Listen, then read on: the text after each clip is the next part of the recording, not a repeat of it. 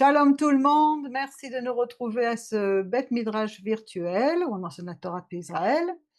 Et avant de commencer ce message brûlant, je veux dire, je veux d'abord faire une annonce pour vous dire que suite à la dernière vidéo, que voilà, les inscriptions pour l'école Ora Neshama sont ouvertes et donc l'école de la restauration de l'âme selon les sources juives. Et nous allons faire une rencontre Zoom d'information courant juin. Donc pour ceux qui veulent en savoir plus, vous pouvez nous envoyer un mail et pour vous inscrire, pour recevoir le lien et la date de cette réunion d'information. Donc voilà pour l'annonce. Et maintenant, donc, nous sommes toujours dans le cadre du conte du Homer, qui nous mène de Pessah à Shavuot. Et cette semaine, nous avons fêté le 33e jour du conte du Homer, qu'on appelle en hébreu Lag Baomer. Lag, c'est Lamed Gimel 33 Baomer. C'est en fait, ça parle de la Iloula, de la réjouissance de la mort de Shimon Bar Yochai, et dont on va parler, qui est donc au centre et l'auteur présumé du Zohar. Et donc, on a voulu faire un hommage à son œuvre et cette œuvre immense qu'est le Zohar et son impact pour cette fin des temps. Alors déjà, il va falloir démystifier certaines choses et parler. Et je vous demande vraiment d'écouter jusqu'au bout si vous pouvez, même si le message est long, mais il est plein de pépites jusqu'à la fin. On va arriver jusqu'au chemin de Damas. Donc, restez jusqu'à la fin pour juger par vous-même, objectivement. Mettez de côté un petit peu tout ce que vous avez entendu, essayez de discerner. Alors le Zohar, qu'est-ce que c'est vraiment?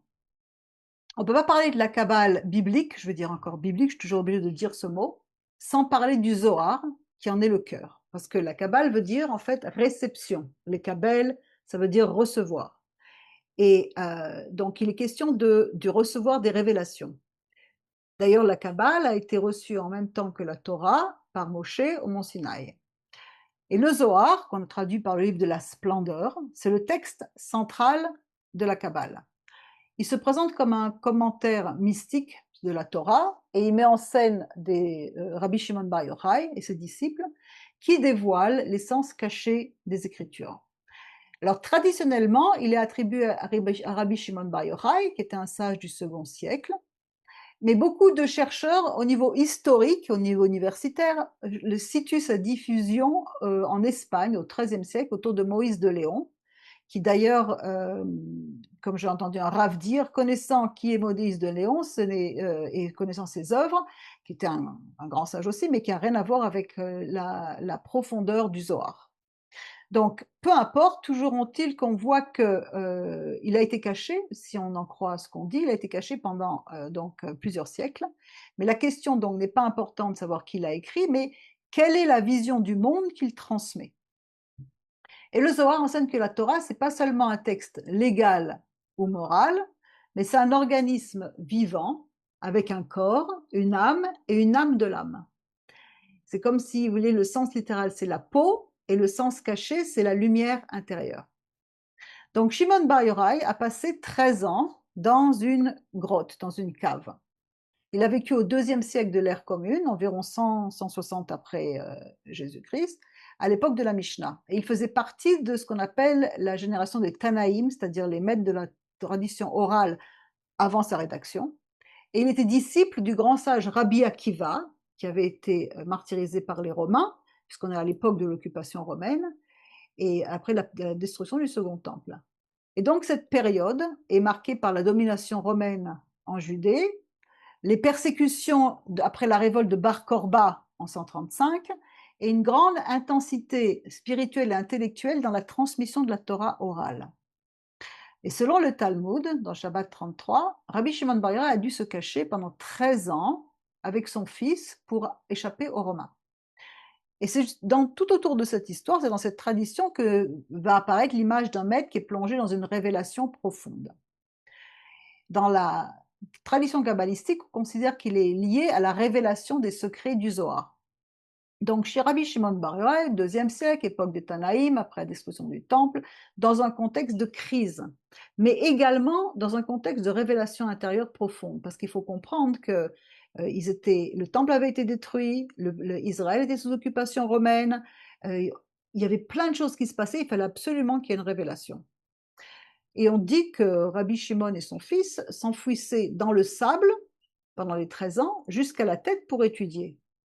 Et c'est le Rav Ben Arosh qui explique que le sable, ça se dit chol, chol qui veut dire également profane, ça représente le chomer, c'est-à-dire la matérialité, et qu'en fait que l'essence de Shimon Bar Yochai, qui était le révélateur de la grande lumière du Zohar, désirait faire pénétrer cette sainteté dans la matière, c'est-à-dire dans notre monde. Mais le détail profond qui est important, c'est que quand ils sortirent, au bout de tant d'années, ils avaient un regard qui consumait. Il était si brûlant que le monde ordinaire leur semblait impur. Et ils voyaient des hommes travailler la terre au lieu d'étudier les Écritures et de lutter contre l'occupation romaine, et donc leur feu spirituel a détruit quand ils regardaient au lieu d'éclairer.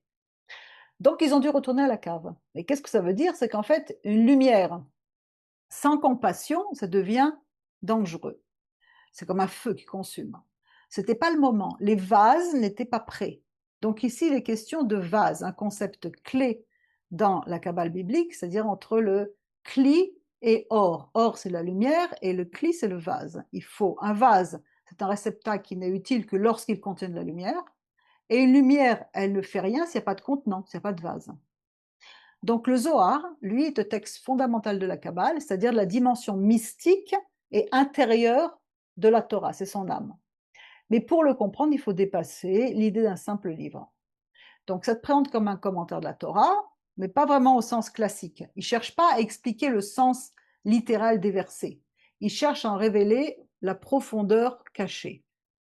Là où la Torah raconte des histoires, le Zohar, lui, voit des symboles. La Torah, elle parle du royaume, et la Kabbale, elle parle de Malchut, qui est en fait la dernière sphira sur l'arbre de vie. Je reviendrai là-dessus. Là où le texte parle d'événements, on voit des réalités spirituelles, des mouvements de la présence divine, la Shrina, des dynamiques entre les mondes visibles et invisibles. En fait, c'est un message codé. Le Zohar est également écrit en araméen, dans un style souvent qui est poétique, symbolique, énigmatique, un petit peu comme crypté, un petit peu comme le livre de Daniel ou le livre d'Apocalypse. Et il met en scène Rabbi Shimon Bar Yochai qui parcourt les routes, qui échange avec les disciples, etc., et qui partage des secrets. Mais en fait, ces récits eux-mêmes, dans le Zohar, ne sont que des vêtements. Derrière eux se cache une structure profonde. Et au corps du Zohar, on trouve plusieurs idées centrales. La réalité visible n'est qu'une surface. Il existe une dimension intérieure cachée. Dieu, qui est appelé parfois le Ein Sof, c'est-à-dire le illimité, l'infini, il se manifeste à travers des émanations ou des caractéristiques divines, des attributs qui sont appelés séphiroth en hébreu. L'homme, par ses actes et par sa conscience, peut influencer ces niveaux et participer à un concept fondamental dans le Zohar qui s'appelle le Tikkun HaOlam, la réparation du monde, que l'on trouve dans la Brit Hadasha, puisque la Brit Hadasha contient énormément de concepts kabbalistiques. Romains 8, pour ceux qui savent lire. Romains 8, 19 nous dit aussi la création attend-elle avec un ardent désir la révélation des fils de Dieu. Car la création a été soumise à la vanité, non de son gré, mais à cause de celui qui l'y a soumise avec l'espérance qu'elle sera aussi affranchie de la servitude de la corruption pour avoir part à la liberté de la gloire des enfants de Dieu. Or, nous savons jusqu'à ce jour que la création tout entière soupire et souffle les douleurs de l'enfantement. Quand il est dit qu'elle attend la révélation, attend avec un arrondisseur la révélation des fils de Dieu, il s'agit du degré supérieur des âmes, c'est-à-dire des neshamot. C'est-à-dire qu'en fait, nous avons 5 degrés d'âme, on développe ça dans les colores neshama, dans les cours sur la formation tikkun, etc. Et donc, on a des degrés d'âme, et dans ces degrés d'âme, on a le degré qui est le plus haut, qui est un des degrés supérieurs, qui est la neshama, le 3e degré, et qui lui est directement lié à Dieu, et qui en fait manifeste véritablement les caractéristiques divines. Contrairement à notre chair, associée à la nefesh, qui elle manifeste les œuvres de la chair. Donc la révélation des fils de Dieu, c'est révéler à travers le prisme que nous sommes la présence de Dieu sur terre. Parce que justement, il y a eu le péché originel, et donc tout doit être sujet à transformation, à réparation, tikkun. Et la Torah elle-même possède plusieurs niveaux, extérieur, intérieur, corps et âme. Le Zohar insiste sur une idée forte, il dit que la Torah n'est pas seulement un texte à lire, mais une lumière à révéler. Étudier sans chercher l'intériorité des choses, c'est rester à la surface. C'est juste regarder les titres des journaux. Chercher le sens profond, c'est entrer dans ce que les maîtres appellent l'âme de la Torah. C'est pour cela que certains passages du Zohar disent que grâce à cette sagesse du Zohar, l'homme pourra sortir de l'exil. Pas juste un exil historique, mais un exil intérieur, celui où la réalité divine est cachée. Donc la question, c'est pas qu'est-ce que le Zohar, mais que devient l'homme qui s'en approche? Que se passe-t-il quand l'âme de la Torah, qui est l'essence du Créateur, touche notre âme? Et cela nous pousse à considérer les enseignements, ou plutôt les a priori, car personnellement, j'ai jamais entendu un quelconque enseignement valide qui tient la route sur le Zohar dans le monde chrétien, dans les églises, mais j'ai plutôt entendu des fables et des assertions qui sont totalement infondées et qui ont farci la tête des croyants, nous les premiers d'ailleurs. Par exemple, je me souviens qu'il y a quelques années de ça, on a été invité par une église à Jérusalem pour expliquer Pessah. On était en train d'expliquer Pessah, pas avec la Kabbale, rien du tout. On était en train de parler de Pessah, de la signification spirituelle avec les sources juives, etc., etc. Et les gens étaient passionnés, passionnés, passionnés, au point que ça nous faisait rire. Ils n'avaient commencé à s'avancer sur le bord de la chaise pour écouter mieux. Ensuite, on a fini le message, ils ont pris toutes les études, les livres qu'on avait. Enfin, c'était vraiment un succès. Et dans le fond, il y avait un pasteur qui était assis, qui regardait. Et donc, voilà, merci, shalom, shalom, on se redresse en contact, etc. Et le lendemain matin, on reçoit un coup de fil en disant, ne pensez pas que vous allez être contacté. La personne en question a passé au travers de toutes les tables, elle a dit, vous savez, il faut faire attention, il faut être prudent avec tout ça, vous savez. Et puis en plus, ce sont des kabbalistes. Et donc, ça fait, la glace est tombée. On n'a jamais été kabbaliste de notre vie, c'est n'importe quoi, des inepties totales. Mais toujours est-il qu'on n'a plus jamais entendu parler de personne. Parce que on a lancé le mot Kabbale. Ça a été tout de suite diabolique. Donc la Kabbale, c'est divin ou c'est diabolique? Ou est-ce que c'est notre ignorance qui a diabolisé ce que nous ne comprenons pas et que nous n'avons peut-être pas cherché à comprendre non plus? Alors dans le judaïsme, la Kabbale, elle n'est pas du tout pensée, absolument pas comme une magie noire. Tout le monde est au courant de la Kabbale et du Zohar et tout depuis tout petit. C'est une lecture mystique de Dieu, la création, de l'âme de la Torah, de la réparation du monde, et son vocabulaire est farci d'expressions, comme on a dit, l'infini, le Ein Sof, les sphirotes, c'est-à-dire les canaux ou les attributs par lesquels la lumière divine se manifeste dans la création, etc., etc. Donc ces sphirotes, qu'est-ce que c'est pour ceux qui ne savent pas? C'est pas des démons et c'est pas des mauvais esprits, c'est un langage symbolique. Les sphirotes, au singulier sphira, c'est dans la Kabbale les 10 émanations, comme les 10 paroles par exemple, les attributs ou les puissances par lesquelles le divin, c'est-à-dire l'infini, le Ein Sof, se révèle, crée et gouverne l'univers. Et elles sont souvent représentées sous la forme de l'arbre de vie. Il s'agit tout simplement de l'arbre de vie dont il est écrit que nous en mangerons le moment venu. Dans Apocalypse 2,7, il est dit que celui qui a les oreilles entende ce que l'Esprit dit aux assemblées. À celui qui vaincra, je donnerai à manger de l'arbre de vie qui est dans le paradis de Dieu. Heureux ceux qui lavent leurs robes afin d'avoir droit à l'arbre de vie et d'entrer par les portes dans la ville. Heureux sont ceux qui pour avoir droit à l'arbre de vie, de manger de l'arbre de vie, de ces sphirotes, de toutes ces caractéristiques divines. Ce ne sont pas 10 dieux ni 10 esprits à adorer, et dans la pensée kabbaliste, elle représente les manières dont l'infini se rend perceptible. Sagesse, intelligence, bonté, rigueur, beauté, victoire, splendeur, fondation avec l'Yesod, royauté. En ce moment, nous sommes dans le conte du Homère où chaque semaine représente les 7 sphirotes inférieures de l'arbre de vie. Par exemple, vous avez Chesed, c'est l'amour, l'expansion, la miséricorde. La Gvura, ça va être la limite, la justice, la discipline. Tout ça sont des attributs divins. La Tiferet, ça va être l'équilibre entre l'amour et la justice. Malchut, c'est la présence divine dans le monde, dans notre monde à nous. Et donc l'étude de l'arbre de vie, qui est le thème central du Zohar, ça nous enseigne à connaître Hachem et ses attributs, dont un de ses attributs, Yeshua. Et le prophète Daniel annonce, les sages brilleront comme l'éclat du firmament, et ceux qui rendent la multitude juste comme les étoiles à jamais. Daniel 12, 3. Il n'est pas dit ici qu'ils comprendront seulement, ni qu'ils connaîtront, mais qu'ils brilleront.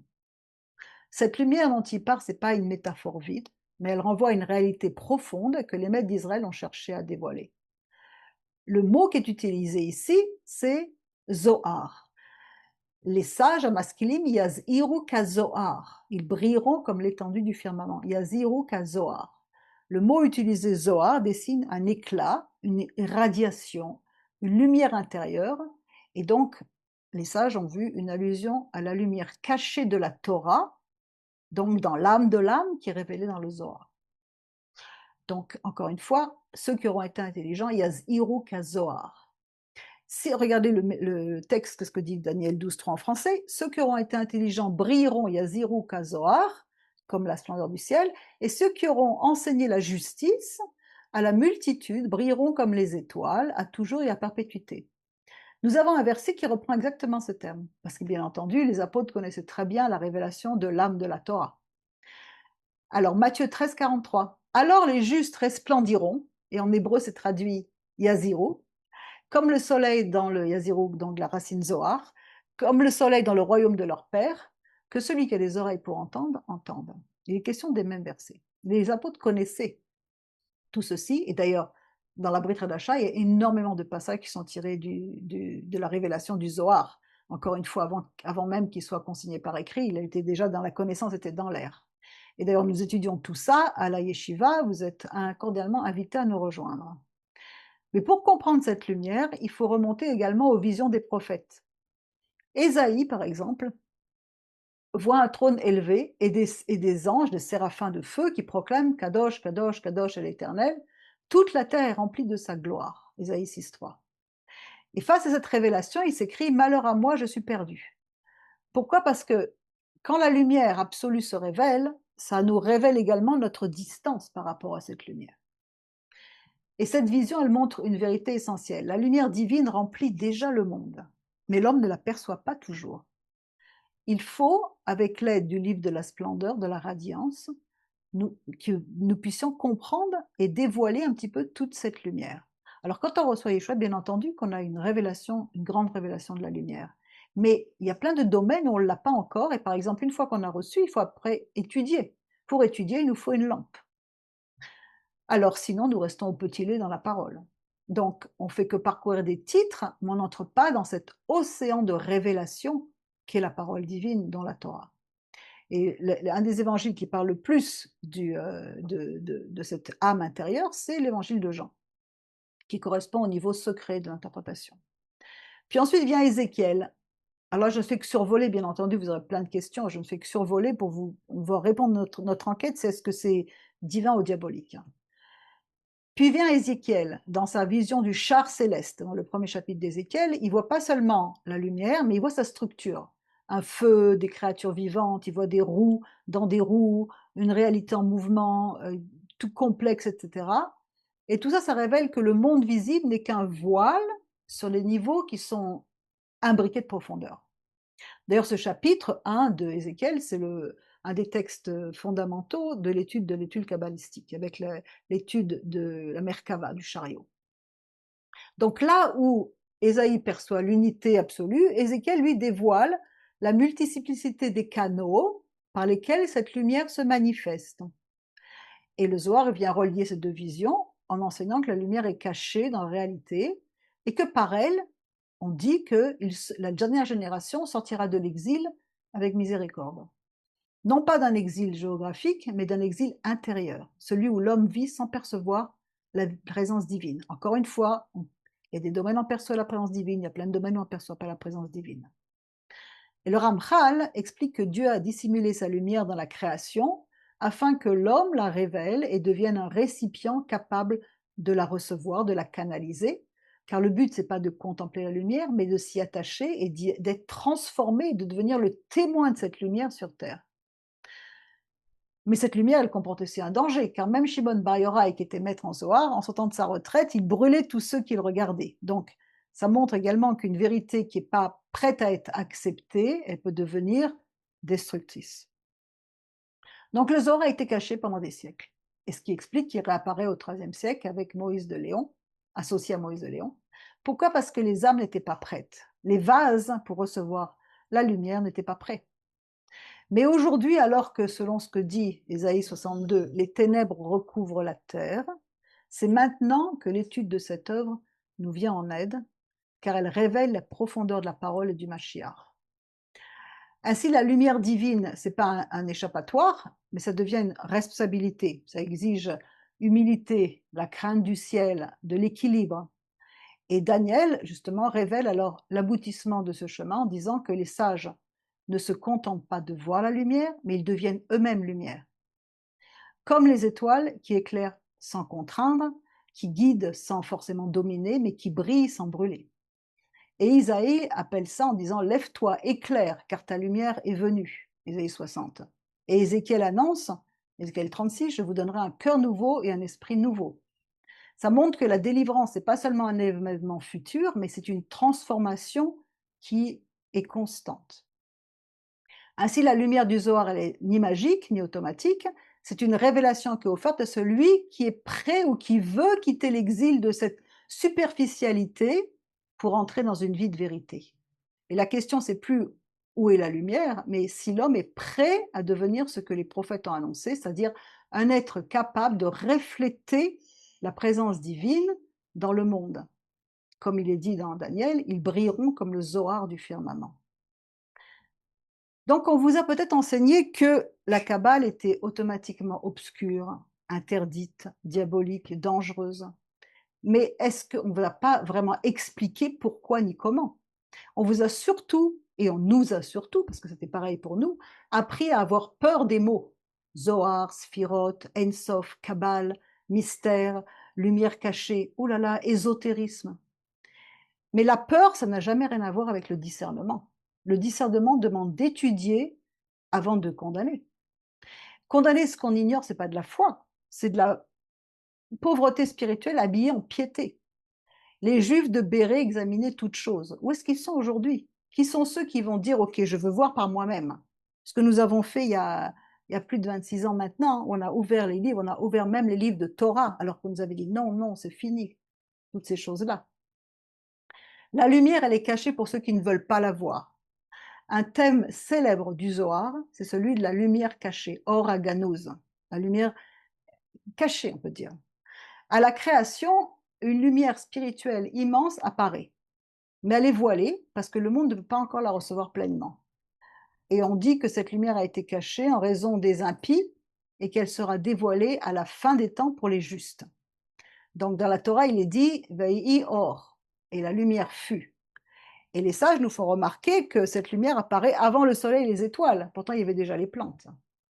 Alors le Talmud, dans Hagiga, nous dit Dieu a créé une lumière spéciale, puis il l'a cachée pour les justes dans le futur. C'est cela, cette lumière cachée, la lumière du Mashiach, bien entendu, organos. C'est pas une lumière physique qui a disparu, c'est une lumière de vérité, c'est une lumière qui éclaire les choses, enlève la confusion, c'est une lumière dans laquelle le bien et le mal sont immédiatement discernés, la présence divine est évidente, la réalité devient une, on comprend toutes les choses. Elle est cachée parce que le monde ne peut pas encore la contenir, mais elle se laisse dévoiler par ceux qui cherchent. Et donc, le Zohar enseigne que cette lumière n'a pas disparu, mais elle est voilée dans la réalité. Elle circule à travers les attributs de Dieu, les sphirotes de l'arbre de vie. Elle est dissimulée dans la Torah, il nous faut la chercher. Elle est présente au fond de nos cœurs, elle est reliée à notre neshama. Et le Hari Akadosh explique que le monde est structuré par une contraction, le tzimtzum, qui cache la lumière divine. Encore une fois, je fais que survoler, hein. Mais le travail de l'homme, c'est de révéler cette lumière. Et dans ce sens, le Zohar est associé à une arche. Non pas une arche pour fuir le monde, mais une arche pour, justement, je mets le micro sur le muet, voilà, mais une arche pour traverser un monde obscur sans s'y perdre. C'est-à-dire que l'idée que le Zohar serait comme une sorte d'arche du salut à la fin des temps. Et c'est pour ça que dans le Zohar, il est dit, grâce à ce livre, Israël sortira de l'exil avec miséricorde. Et cette phrase est centrale parce qu'elle ne parle pas d'un objet magique, mais d'un processus de transformation intérieure par cette lumière. Et donc c'est formulé de cette façon-là, exactement, par ton mérite, par ce livre, ils sortiront de l'exil avec miséricorde. Donc l'image de l'arche, elle vient en parallèle avec l'arche de Noé. Dire que le déluge va correspondre aujourd'hui à une confusion spirituelle, une crise morale, perte de sens, de valeur, tout ce que l'on voit en ce moment. L'arche, c'est ce qui va, le déluge, oui c'est ça, l'arche c'est ce qui protège et qui va guider à travers tout ce chaos. Et donc dans certains enseignements, le Zohar c'est une arche non matérielle, mais qui est faite de connaissances de Dieu et de conscience. Et comme au temps de Noé, le déluge n'est pas seulement matériel, il est fait de confusion aujourd'hui. On manque de date, on a rendu, écoutez toutes les autres vidéos qu'on fait, on manque de date, c'est la date, la connaissance de Dieu, la connexion avec Dieu est complètement attaquée. Et l'arche, c'est pas un objet, encore une fois, mais c'est une conscience, c'est une manière de voir les choses plus profondément. C'est une capacité de percevoir la lumière derrière ce voile. Et cette idée trouve un écho frappant, entre autres, dans l'évangile de Jean. De Jean, encore une fois. Comme je vous ai dit, Jean, c'est celui qui correspond à l'aspect secret.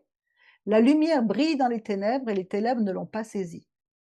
Le texte ne dit pas que la lumière apparaît soudainement, il dit qu'elle brille déjà, mais elle n'est pas reconnue. Exactement comme le organose, la lumière présente mais qui est cachée. Une lumière qui ne s'impose pas, mais qui attend d'être perçue par ceux qui la cherchent. Donc on a les trois dimensions, on a la Torah qui révèle qu'une lumière originelle a été cachée, organose, le Zohar enseigne qu'elle peut être retrouvée à travers son étude et la transformation intérieure, et l'évangile de Jean affirme qu'elle est toujours là, même dans les ténèbres. Donc la question n'est pas de donc, où trouver la lumière, mais c'est plutôt pourquoi est-ce qu'on ne la voit pas. Alors, donc, cette lumière du Zohar, est-ce que c'est une lumière de délivrance? Est-ce que c'est un feu dangereux? Lag BaOmer, le 33e jour de BaOmer, dont on a célébré cette semaine, c'est le jour de Shimon Bar Yochai, est appelé Iloula, c'est un jour de joie et de révélation. Pourquoi des feux? Parce que le Zohar est appelé Or, la lumière. Mais encore une fois, le feu, ça peut éclairer, réchauffer ou ça peut détruire. Tout dépend du vase. Une sagesse, c'est une sagesse qui demande également d'avoir des limites. C'est-à-dire qu'on ne se sert pas du Zohar pour montrer combien on est spirituel.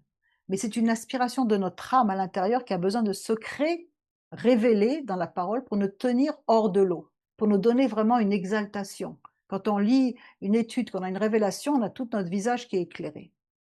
Et la Kabbale biblique est faite pour élever le monde. Et pour revenir à notre génération, comme au temps de Noé, il y a ce déluge donc de choses impures et de tout ce qu'on peut trouver, mais l'arche devient donc à ce moment-là, l'étude de la parole devient à ce moment-là une Torah vivante, une intériorité, une conscience éveillée d'un degré de conscience. Et on peut voir plein de correspondances avec les textes du Nouveau Testament, encore une fois. Le message de Daniel qui dit, c'est notre verset clé, hein, les sages brilleront comme l'éclat du firmament, ça trouve encore un écho dans les paroles de Yeshua dans l'évangile de Matthieu. Alors les justes resplendiront comme le soleil dans le royaume de leur Père. Matthieu 13. On trouve encore la même idée. La finalité de l'homme n'est pas seulement de connaître la lumière, mais d'en devenir le reflet. De même, on trouve cette thématique de la lumière cachée, encore une fois dans Jean. La lumière, lui, dans les ténèbres ne l'ont pas saisie. Donc, je reviens sur un verset. Hein. Ou encore, je suis la lumière du monde. Des affirmations qui insistent sur une lumière qui est présente dans le monde, mais non reconnue. Comme quand Ésaïe dit, les ténèbres recouvrent la terre, mais sur toi l'Éternel brillera. Donc l'idée d'une transformation intérieure qui est exprimée par Ézéchiel, puisqu'il dit je vous donnerai un cœur nouveau, ça trouve également un parallèle dans les lettres de Paul dans l'Épître aux Corinthiens, de Corinthiens 3. Nous tous qui le visage découvert, contemplant la gloire du Seigneur, nous sommes transformés en même image de gloire en gloire. Et ici encore, la vision, elle ne suffit pas. C'est-à-dire que elle doit devenir une transformation. C'est-à-dire que l'homme, la personne va devenir un vase, un cli, un récipient de lumière. La vision mystique d'Ézéchiel, avec tous ces niveaux qu'on a vus tout à l'heure, pareil, ça résonne dans l'Apocalypse de Jean quand il dit « La ville n'a besoin ni du soleil ni de la lune, car la gloire de Dieu l'illumine. » La gloire de Dieu, c'est Organous, encore une fois. Et ça prolonge l'idée de cette lumière divine qui va devenir une réalité à la fin des temps. Et enfin, il y a même une exigence morale, puisque il est dit dans Matthieu 5,16 que votre lumière brille devant les hommes, afin qu'ils voient vos bonnes œuvres. Ça montre donc encore une fois que la lumière véritable ne reste pas abstraite, mais elle doit se manifester dans nos actes. Et dans Daniel encore, le texte dit les sages brilleront comme l'éclat du firmament. Le texte massorétique, avec le mot Zohar, qui est éclat et splendeur, nous dit que dans ce verset, chaque mot semble porter une lumière en lui-même. Yazirou, ils brilleront, ça vaut 228. Ça, c'est l'étude des lettres hébreux avec les gematria. C'est la même valeur que Baruch, béni.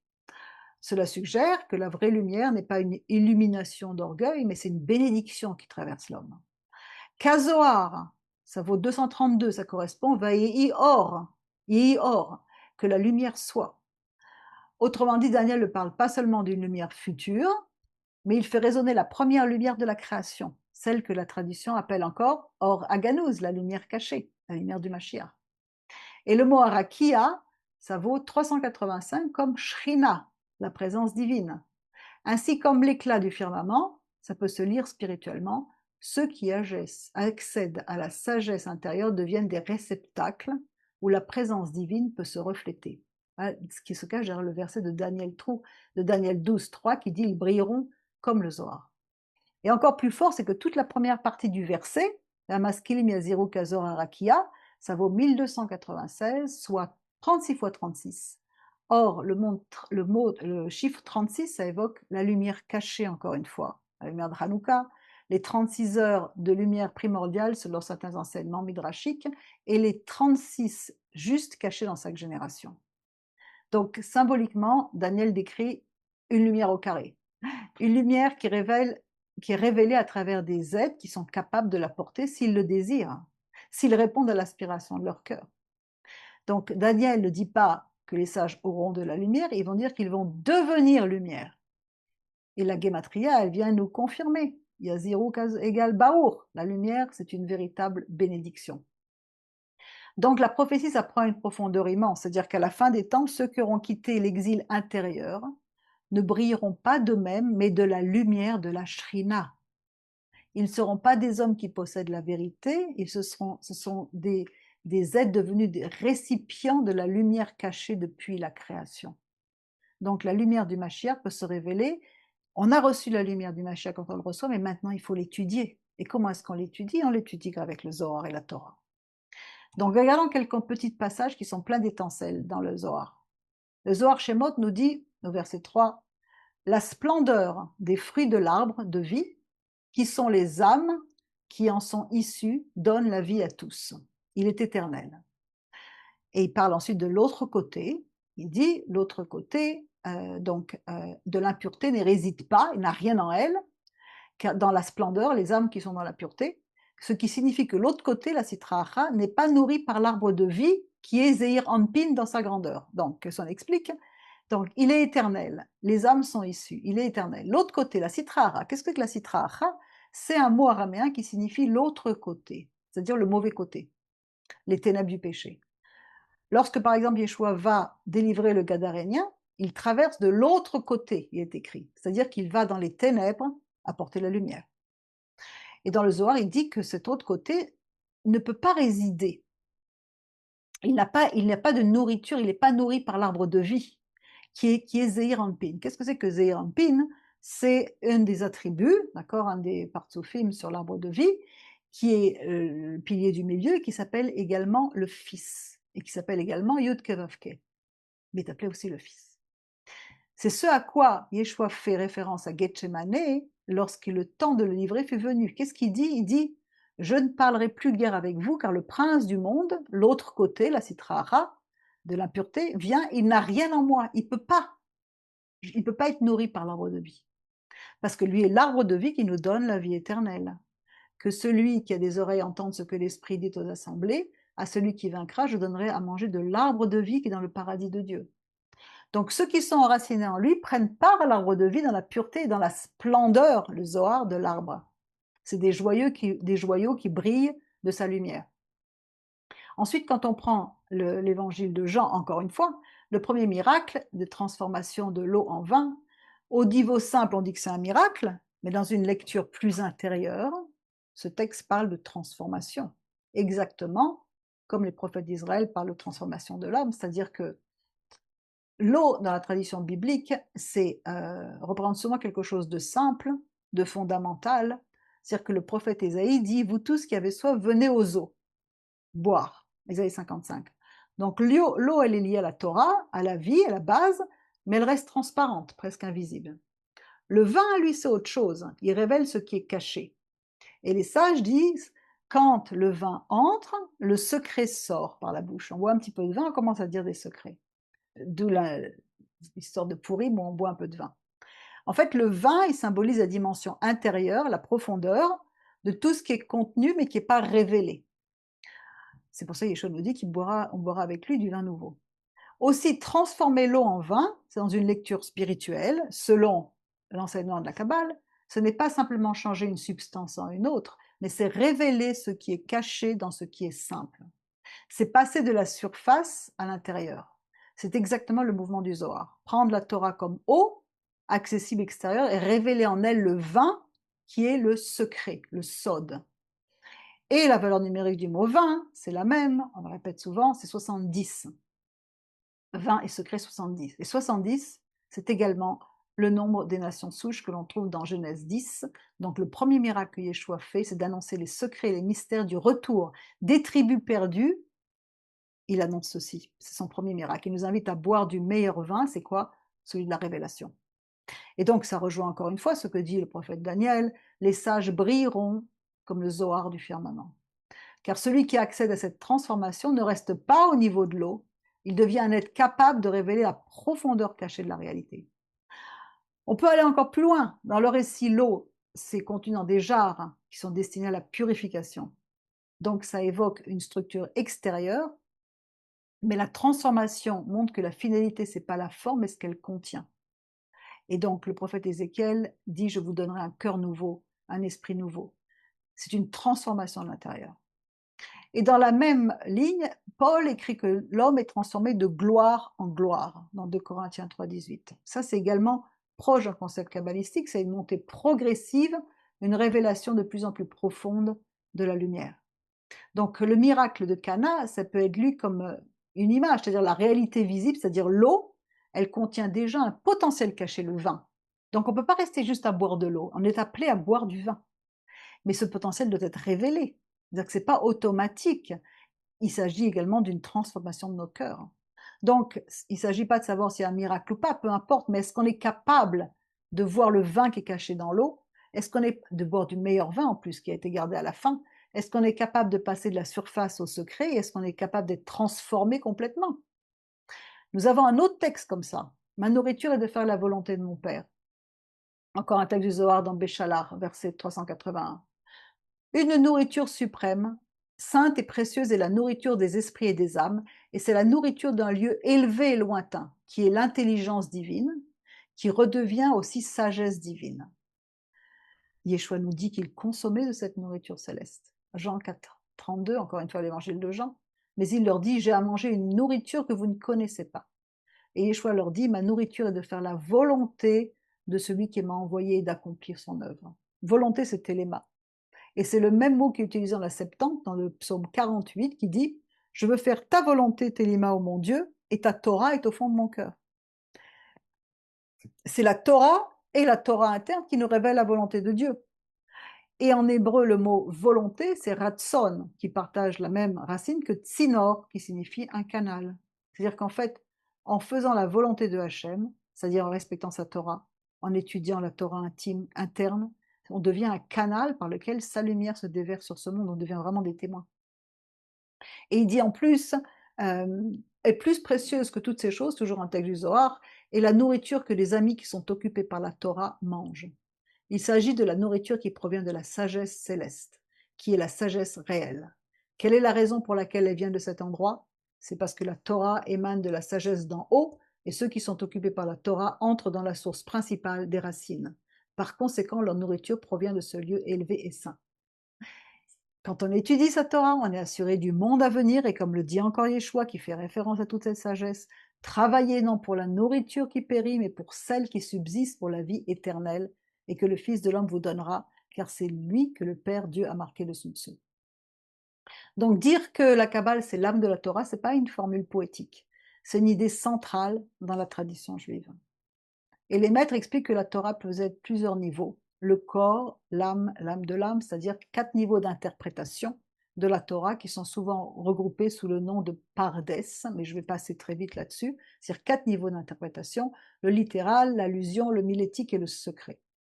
et il représente une progression de la compréhension superficielle à la mystique profonde. Et ces 4 approches sont complémentaires et forment une structure cohérente pour appréhender les richesses du texte biblique.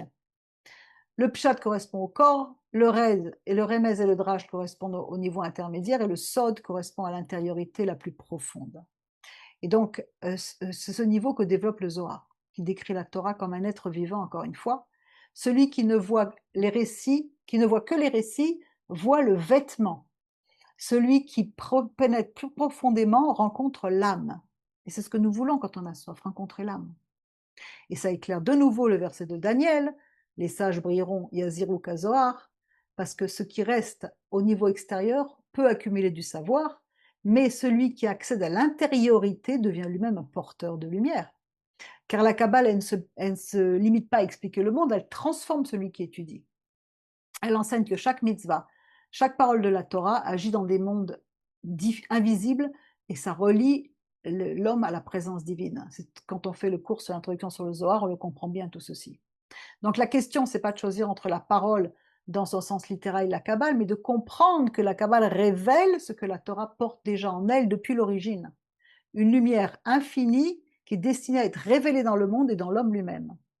Donc, encore une fois, Daniel ne dit pas que les sages auront de lumière, mais qu'ils vont devenir lumière.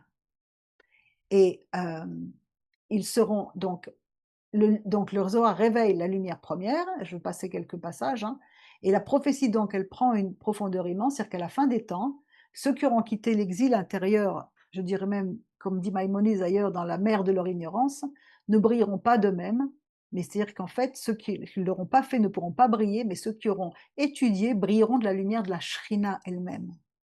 Ils ne seront pas devenus des hommes qui possèdent la vérité, mais des êtres devenus récipients de la lumière cachée depuis la création. Et dans la Septante, le mot Zohar est traduit par le mot grec, lamprothès. Et merveille des merveilles, on retrouve ce mot, entre autres, surtout dans Acte 26, 13, quand il est dit « Je vis au roi par le chemin en plein midi une lumière du ciel, plus grande que la splendeur du soleil », et c'est le mot qui est utilisé, d'où le mot lampos également, laquelle resplendit autour de moi et ceux qui étaient en chemin avec moi. Et ce rapprochement entre Daniel, la Septante et le récit de Paul, c'est d'une profondeur extraordinaire parce qu'il révèle une continuité secrète entre la tradition apocalyptique juive et l'expérience mystique du chemin de Damas. Voilà une expérience mystique ésotérique, le chemin de Damas. Dans Daniel 12.3, encore une fois, les sages resplendiront comme le Zohar du firmament. Le mot Zohar, ça évoque donc, maintenant on commence à le comprendre, c'est pas l'éclat du feu terrestre ni celui des astres, mais c'est une lumière de révélation. Et lorsque les traducteurs de la Septante vont chercher un mot grec qui était capable de transmettre cette idée dans le livre de Daniel, ils ont utilisé lamprothès, c'est-à-dire ce mot grec qui signifie pas seulement lumière, mais il désigne une splendeur éclatante, une radiance glorieuse, une manifestation lumineuse qui dépasse l'ordre naturel. Et dans la pensée grecque biblique, ce mot est lié à la gloire divine, à une lumière qui manifeste une présence céleste. Et un autre mot qui est associé à ce mot, c'est dans le psaume 27,4, « Je demande à l'Éternel une chose que je désire ardemment. Je voudrais habiter toute ma vie dans la maison de l'Éternel pour contempler la magnificence de l'Éternel, Noam, et pour admirer son temple. » Ici, David ne demande pas simplement à voir Dieu, mais à contempler la beauté rayonnante, radiante, sa douceur lumineuse. Et la tradition mystique y voit une contemplation de la Shrina, encore une fois. Même mot, les mêmes racines. La profonde signification spirituelle de cette racine dépasse la simple lumière physique. Elle renvoie à la Shrina. C'est pour cela que son utilisation dans Daniel et dans les Actes est si significative, parce que c'est la gloire divine, c'est la manifestation céleste, c'est la révélation, parce que Paul reçoit une révélation, la transfiguration et la présence invisible d'une réalité, la présence visible, pardon, d'une réalité invisible. Donc cela suggère que Paul a fait l'expérience, c'est-à-dire que là, il a fait une expérience mystique, c'est pourquoi la lumière de Damas a aveuglé ses yeux physiques, mais ça a ouvert ses yeux intérieurs. Non pas d'une simple lumière, mais une manifestation de la gloire cachée de Dieu, de Or Aganouz. Une irruption du Zohar dans le monde visible. C'est le soleil qui illumine le monde extérieur. Et le Zohar illumine l'âme et révèle cette Shrina. Aussi, la Septante, elle interprète déjà le Zohar comme une lumière théophanique, c'est-à-dire que la manifestation visible d'une réalité invisible. Et c'est précisément là qu'on a un lien avec Acte 26.